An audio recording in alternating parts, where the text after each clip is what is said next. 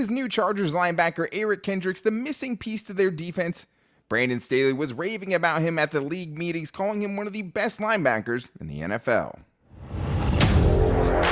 You are Locked On Chargers, your daily podcast on the Los Angeles Chargers. Part of the Locked On Podcast Network, your team every day.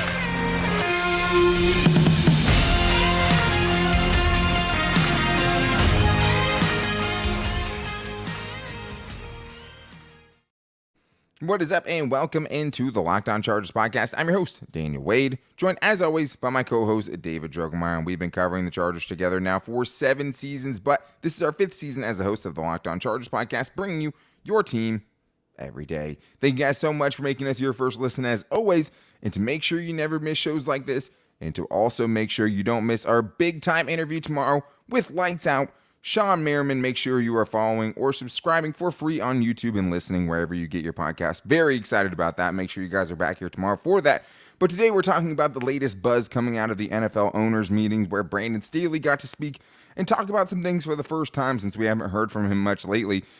And David, he raved, spoke very glowingly about Eric Kendricks and his fit in this defense and, why they decided to go in that direction over the direction of Drue Tranquill, and also gave some updates about Austin Ekeler and Justin Herbert's contract extensions, because it does kind of feel like he thinks an extension will get done with Austin Ekeler. And he had a lot more to say, especially about his new offensive coordinator, Kellen Moore. Seems like those two are a match made in heaven. But let's talk about Eric Kendricks, David, because when you hear someone say, hey, one of the best linebackers in the NFL, Brandon Staley was asked specifically about Drue Tranquill and why the team did not decide to bring him back. And instead, he made it all about Eric Kendricks, basically saying, hey, it wasn't really about Drue Tranquill. It was just we really, really wanted to bring in Eric Kendricks. That's exactly right. He said, hey, I think this is really more about the opportunity that we felt like we had the opportunity to pair up and link up with one of the best linebackers in the NFL. We also know a lot about this guy, and this just fits perfectly on what we're trying to do defensively. So it just seemed like, he was really minimizing, the Drue Tranquill aspects of this and really just focusing on how much they love Eric Kendricks and how much he feels like he's going to be a tremendous asset to his defense. And it seemed like he kind of indirectly, talked about kind of what Popper was talking about when he was on the show last week, just as far as like, hey, it wasn't, that we didn't like Drue Tranquill. We wish him all the best, but we felt like we could get an upgrade with Eric Kendricks. That's the vibe that I got. Is he going to say that?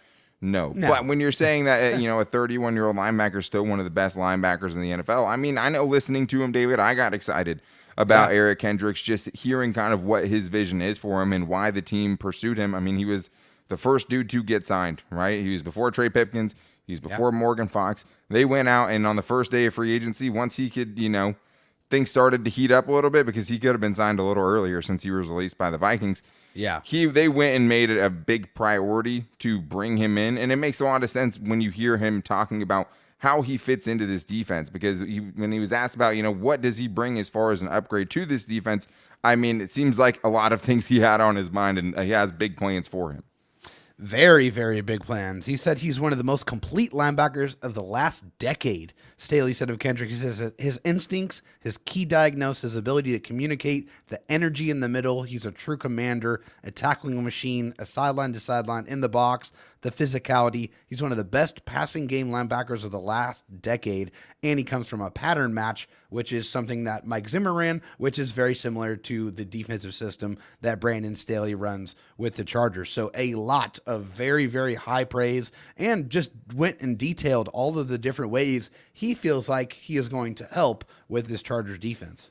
Yeah, he said there was only 5 to 7 guys where you could really bring up with Eric Kendricks as far as a more complete player, right? Or as complete of a player as Eric Kendricks. And I think I see that when I watched him, right? When I was going to try to, find out the goods the Chargers got, like that was one of the things that really, really stood out to me the most, was just him always being involved, him always being kind of in the middle of everything, whether that was jumping into a passing lane or it was just making the right read along the defensive line to go in and make tackles in the running game. We talked about before how we think that is one of the places where he's clearly an upgrade or was last year over what we saw from Drew Tranquill and Kenneth Murray. So that is a place, especially where that's been such a, sieve for you, such a poor part of your defense stopping the run. That was an easy place to make that connection. But when you're hearing him talk about it and you're hearing him say, hey, when he was with Mike Zimmer, that's what we're trying to get him back to, I think is pretty encouraging, because obviously last year he was playing under a new defensive coordinator, and that, might have been a down year for him.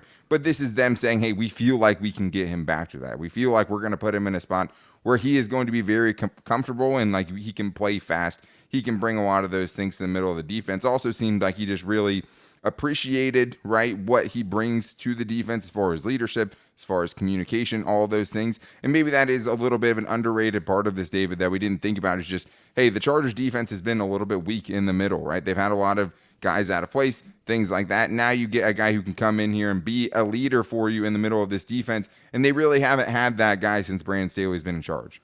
Right. And there's a lot of examples of guys that have left the Brandon Staley system, right, and went to play on another defense, not do as well, come back to the Brandon Staley system, and then flourish once again. I mean, guys like Bryce Callahan, Morgan Fox, they have all done that, and it has shown and paid dividends coming back to play for Brandon Staley. Hopefully John Johnson. Yeah, hopefully John Johnson is added to that list. That would be fantastic. But for Kendricks to, rejoin a defense that showed him play his best football in his NFL career is definitely not a bad thing. And the communication aspect of this is very important, because he kind of hinted a little bit that Eric Kendricks was probably going to be the green dot for his defense. He was going to be this signal caller. He didn't exactly come out and say it, but you can infer and insinuate that that is most likely what is going to happen for the Chargers and for Eric Kendricks to be that commander, that green dot, that signal caller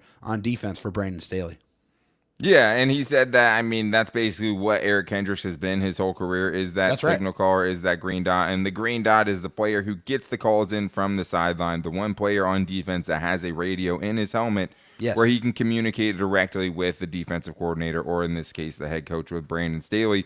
A lot of video clips from last year, if you remember, with him talking to Derwin James on the walkie-talkie and be like, hey, man, I hear you. I'm so excited you're back there, Yeah. And all that lovey-dovey stuff you hear them saying. I like to imagine it's like that in the games, too. Like, hey, man, good job out there, Got some juice packs on the side for when you get off. I think for Eric Kendricks, and as far as the green dot goes, he said basically he's doing it. Derwin James started with it last season and ended up going to Drew Tranquill. So when you think about this being Drew Tranquill's replacement, makes all the sense in the world for that guy to be a green dot guy. Super, super important, I think. And as much as I love Drew Tranquill, we'll never know how much Drew Tranquill being the green dot, or Derwin James being the green dot, had to do with the Chargers having so many broken plays last year and busted coverages last year. One of the things that plagued them the entire season was just long touchdowns, guys being out of position, long runs being broke because guys aren't going to the right spot. Way too much. You bring in someone like this is the most experienced player. Kazir White was stepping into a bigger role his first year under Brandon Staley. Drew Tranquill was stepping into a much bigger role his, last season with Brandon Staley. And those guys all did really well and had their best seasons, right? But they never had this dude, a dude who's done it, a dude who's seen what it takes to be on an elite defense, a dude that has been the centerpiece of an elite defense during his time with Mike Zimmer. I think that is a great point by Brandon Staley, and I think maybe something we're underrated a little bit. I know we both liked it, but it also came with kind of the bittersweetness of losing Drew Tranquill, right? So it was kind of hard to know how to feel about it. Honestly, I think that's a great point. Just bringing in a veteran that has been there and has done it in this league at a very, very high level and has that inventory of experiences to be able to rely on and to be able to impart that wisdom onto linebackers like a Kenneth Murray, like a Nick Neiman, who is probably going to be stepping into a bigger role this year with the Chargers and might have to be asked to actually contribute on defense. So just bringing in a guy that has that much experience, I just love that. I think it's going to be a great move. It's going to help these guys get better and help them just add more to that, that missing piece. The connectivity, the next level. Right? Yes, I think the connectivity, yes. Exactly, yeah. I totally agree with you. I think them being more connected, you hear that term thrown around all the time, and you heard a lot of time, hey, we needed to be more connected. This seems like a logical leap to say this is a place maybe they weren't connected enough because of things that Eric Kendricks could potentially bring to the table, right? And I think that's exciting. And just for them, I think this is a big piece. I think this is someone they believe a lot in. And for as much as you hear about Brandon Staley not valuing linebackers, it sure seems like the Chargers going and making this move shows that they do care about who's playing linebacker for them, right? And how quickly they went and got this done and how they're talking about it, what he can bring to the defense. Feels like they do value linebackers and they really value Eric Kendricks and thinks he can bring some big things. But the other positive things I took away from Brandon Staley speaking to the media was just where he feels like they're at in contract negotiations with not only Justin Herbert, the golden child, which thankfully he confirmed they are getting negotiations going on that, but also Austin Ekeler. And it didn't seem like, David, he was very afraid about losing Austin Ekeler when he brought up the contingency plans for Austin Ekeler. So we're going to get into that. But I need to tell you guys that first, the tournament is heating up right now, and there's no better place to get in on the action than FanDuel, America's #1 sportsbook. I know I will be watching the game this weekend. One Cinderella team making a run for one host, hometown, both hosts hometown, I should say. But a lot of fun, and the games are crazy. And when you're talking about betting, this is like the best time of the year to bet. When you have all these games, now it's coming down to the nitty-gritty, but not too late to get in on the action. It's a great time because FanDuel is giving new customers a no-sweat first bet up to $1,000. That's up to $1,000 back in bonus bets if your first bet doesn't win. Just go to FanDuel.com/lockedon to sign up today to claim your no-sweat first bet. It's always nice when you can make your first bet and not have to sweat it and actually potentially win money off it. Then you can wager on everything from the money line to point spreads to which teams will be cutting down the net, all in an app that's safe, secure, and super easy to use. So don't miss your guys' chance for that no-sweat first bet up to $1,000 when you join FanDuel today. Just go to FanDuel.com/lockedon to sign up. Make every moment more with FanDuel. There were more comments from the man known as Brandon Staley I want to talk about, including some contract negotiations that are ongoing during this offseason. And the biggest one is Austin Ekeler, because Justin Herbert didn't request a trade. Thank God. I mean, we might just have to retire, man. We might just have to retire. If the Chargers messed it up with Justin Herbert, we might just have to retire. Gonna have to find some new hosts. That's it. We're done. Might have to. But Austin Ekeler, it was interesting hearing Brandon Staley talk about it because you don't hear it, and I think you don't hear from these guys all the time, especially about these specific things. And since Austin Ekeler came out with the request, we haven't really heard much public commenting on it from the Chargers just in general. But it definitely seemed like Brandon Staley understood the position that Austin Ekeler's in. But David, to me at the same time, like it felt like he feels like an extension's going to get done at some point just by kind of the positivity he had around it and just what he said about him as a player. There was just a lot of matter-of-factness in the way he was really approaching almost his responses. Yeah, exactly. Just kind of like he already knew how this was going to play out. Like he already felt really good about the situation. You just got that gist when you were listening to him talk about it. But yeah, I mean, he made it very clear to say that they have a lot of respect for Austin Ekeler as a player and that they envision Austin Ekeler to be a part of their future plans. And he was talking as if that was something that was going to happen. It did seem like it. And I mean, I think it's good because it means, it's not just something where as kind of Austin Ekeler made it, or at least, we're hearing both sides of it. Yeah. Where it seemed like the negotiations were just stopping. I mean, right. Obviously there's certain extensions we'd be uncomfortable with paying a running back at that position, no matter how prolific Austin Ekeler's been. Sure.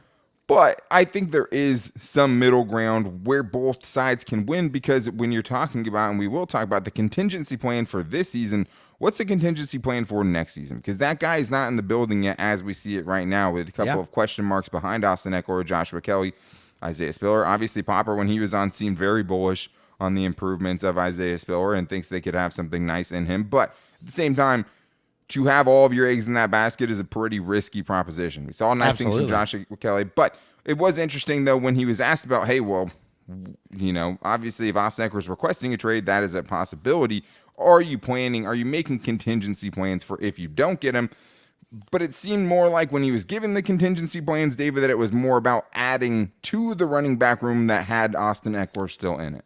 Exactly. At no point in time did Brandon Staley talk as if Austin Ekeler was not going to be a feature in that room. It was not about replacing Austin Ekeler. It was about complementing Austin Ekeler. It was about bringing in guys through the draft or free agency to complement what Austin Ekeler brings to the table. I think that's very important to reiterate because there just was no point where you felt like Brandon Staley did not see Austin Ekeler playing for the Chargers. Yeah, and I mean, there's other things besides just the extension that they could try to get done, right? They could guarantee more of his money because, like, Definitely. from his standpoint right now, he could tear his Achilles in training camp, right?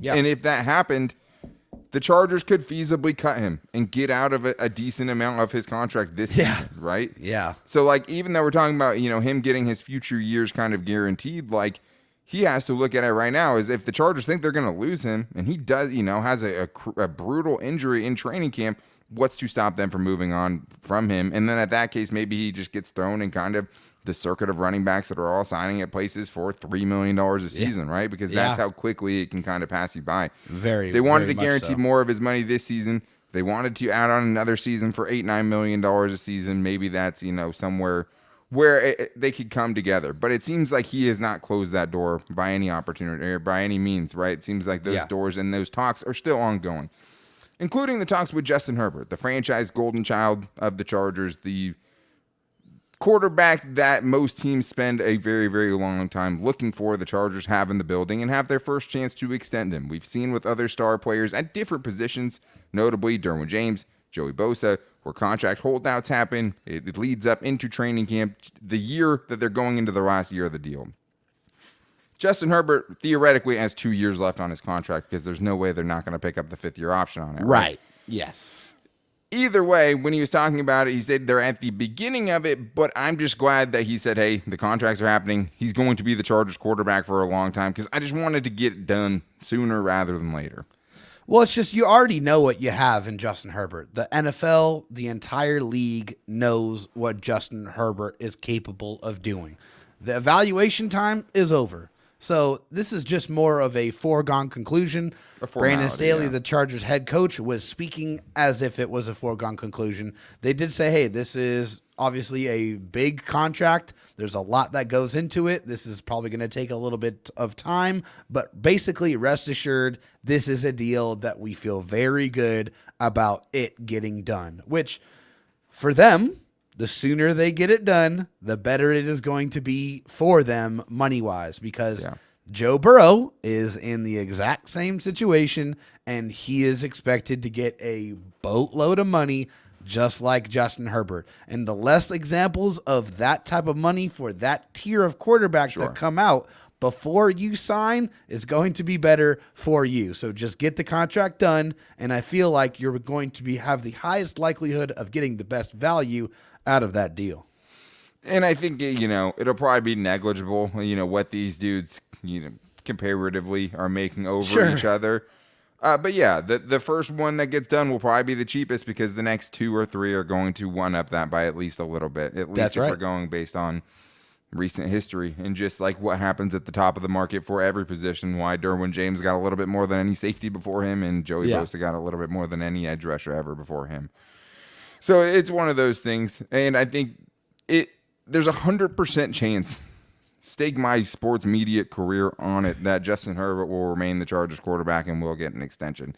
I just like to see it not get dragged out. I'd like to know he's going to be locked up, and that's an exciting thing, and you can plan accordingly. And they have. Tom Telesco's spoken about it many times. Like, all the contracts they're giving out right now, they're doing knowing that the Herbie extension is coming, right? And it's going to start presumably in 2025. And that giant contract is on the other side of the mountain, and it is starting to peak its head over, for sure.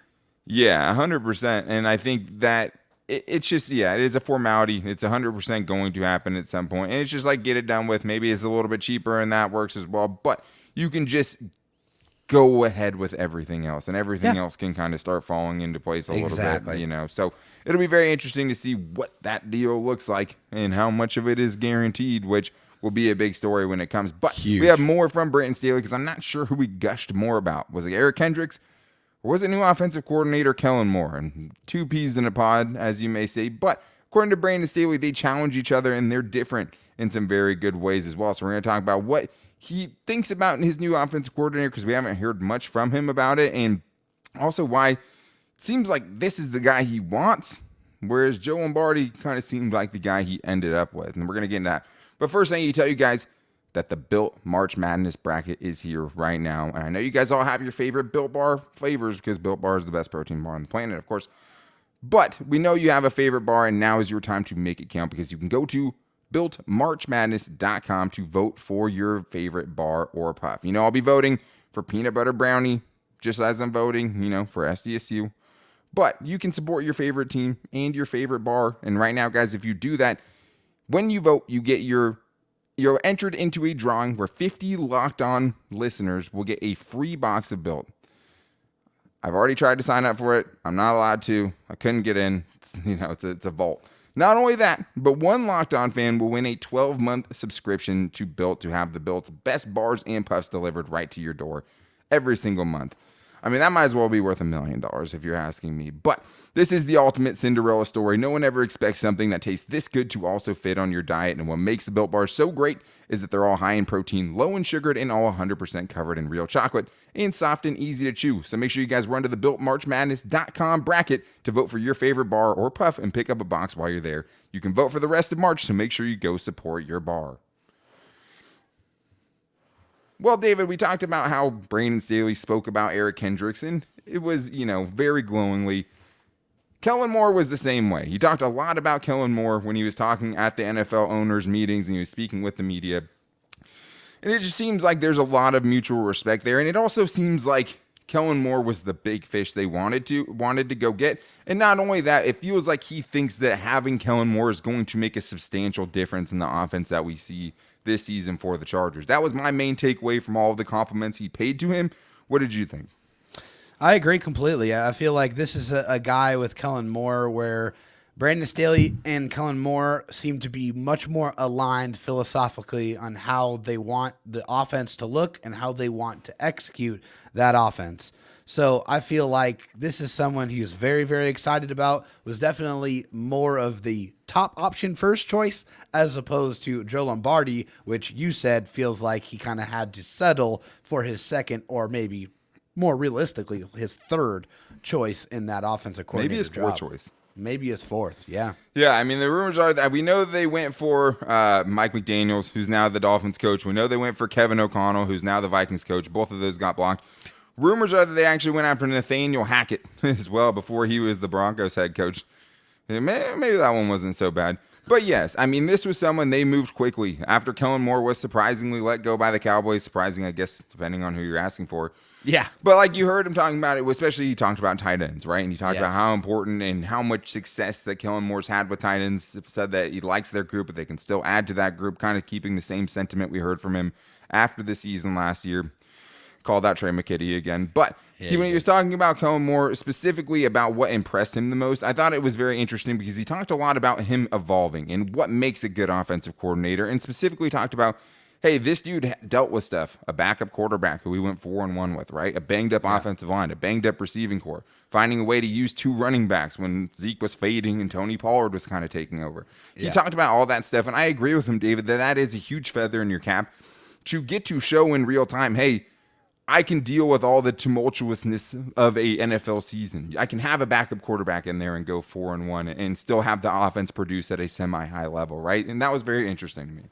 And I think that's the difference between good coaches and good players is that when you have good coaches and things aren't going well for you, they're able to figure out a way to be able to make it work and make the most out of a really, really bad situation. And that's what Brandon Staley talked about. He said, hey, this guy had rookie wide receivers. He made it work. He said, this guy had an offensive line that was continuously moving around. He made it work. This guy had a backup quarterback. He went 4-1 with him. He also took Dak from a good quarterback to a franchise quarterback, leading one of the biggest franchises in the NFL in the Dallas Cowboys. So a lot of examples of him having to evolve, being in those uncomfortable situations and coming out on the other side.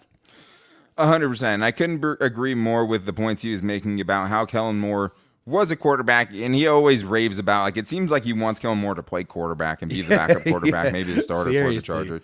50-3 at Boise State. Just rattling off the stats. Lit up Georgia in college, like all the He's like, I funny still stuff. remember it so vividly. Yeah. And just he's a former quarterback too, right? Sure. Brandon Staley is. So like that stuff is important to him. It seems like and Doug Nussmeier was a quarterback as well. Tom Arth, all these guys kind of come from a similar background as they're kind of building this quarterback room to trying to get the most out of Justin Herbert. And I totally get it. But yes, that is not Getting Dak from a 4th-round pick, taking over for a fan favorite in Tony Romo and becoming the face of the Dallas Cowboys franchise. Huge. That's no small thing. And when you're talking about someone having to navigate that, I would like my chances with someone like Kellen Moore, who I think can relate to it a lot better than Joe Lombardi did, right? And everything that comes along with that, and being on big stages and being the quarterback and all those things. So I thought that was interesting. But another thing, David, that maybe it was a slip of the tongue was Brandon Staley talking about his draft pick. And what he said was, hopefully we were picking in the late 20s for a long time, even the 30s. The problem is the Chargers pick at 21. We talked about Tom Telesco saying, hey, maybe we'll have 8 draft picks, right, when he talked earlier in this offseason. Maybe this is all nothing conjecture and something we're reading too much into. But, David, it seems like the Chargers really, really like the end of the first round, the early second round, which is going to let us go crazy and think, okay, maybe this is the year the Chargers actually decide to trade back. And here is the reason why. Brandon Staley says, the draft to me is where our picking is wide open. Certainly with where the quarterbacks are going and how many will go, we certainly push everybody back a little bit. Also, he said, I think the draft sort of later in the first round, early second round, there's going to be a bunch of good players there to draft. So that kind of seems like to me that they are at least entertaining the notion of potentially trading back for the first time in the Tom Telesco era, which sign me up, please. I would love it. I think this is a great draft for them to accumulate more draft picks, to give yourself more dart throws at the dartboard. Absolutely. And I mean, we've talked, how many prospects have we brought up where it's like, I like this guy. I'd like him a lot more if it wasn't picked A little 21. bit later. Yeah, especially a lot of the receivers and guys like that too. Even some of the tight ends, if you don't feel like they're worth taking at 21. Yeah. I agree with him. I like that philosophy. I think they should be picking up extra picks to try to fill out some of the depth in this team, especially. Yeah. I don't know. It's hard to take anything seriously. This is smoke screen season. Always. The buzz that comes out of these things always has to be taken with a grain of salt. But I think it would be a great opportunity for the Chargers, and I think it is a draft where if you get another pick inside the top 100, it's worth at least a decent-sized drop in the first round, knowing the guys that should still be available to you, knowing what he's talking about where the Chargers don't need a quarterback, right? So that's going to make some other players drop to them. It was very interesting. And Tom Telesco also spoke as well. We'll be talking about that later on in the week because he had something to say about Zion Johnson moving to the left side of the offensive line instead of staying at the right side and keeping that continuity there. So we'll get to that. But obviously tomorrow we have bigger plans, David, because we have Lights Out. Sean Merriman coming on the show. Make sure you guys are subscribing on the Locked On Chargers YouTube channel and listening wherever you get your podcast from. You can also find great shows like that on all of our social media. You can find us on Twitter at LockedOnLAC. You can find me on Twitter at DanTalkSports and David Drogemeyer on Twitter at DroTalkSD. You can also find us on the Locked On Chargers Facebook page and at Locked On Chargers on Instagram. You guys can also, as always, find the show and subscribe wherever you get your podcast from. But that's going to do it for us today. Make sure you're back here tomorrow with Sean Merriman. Until then, take it easy and go Bolts.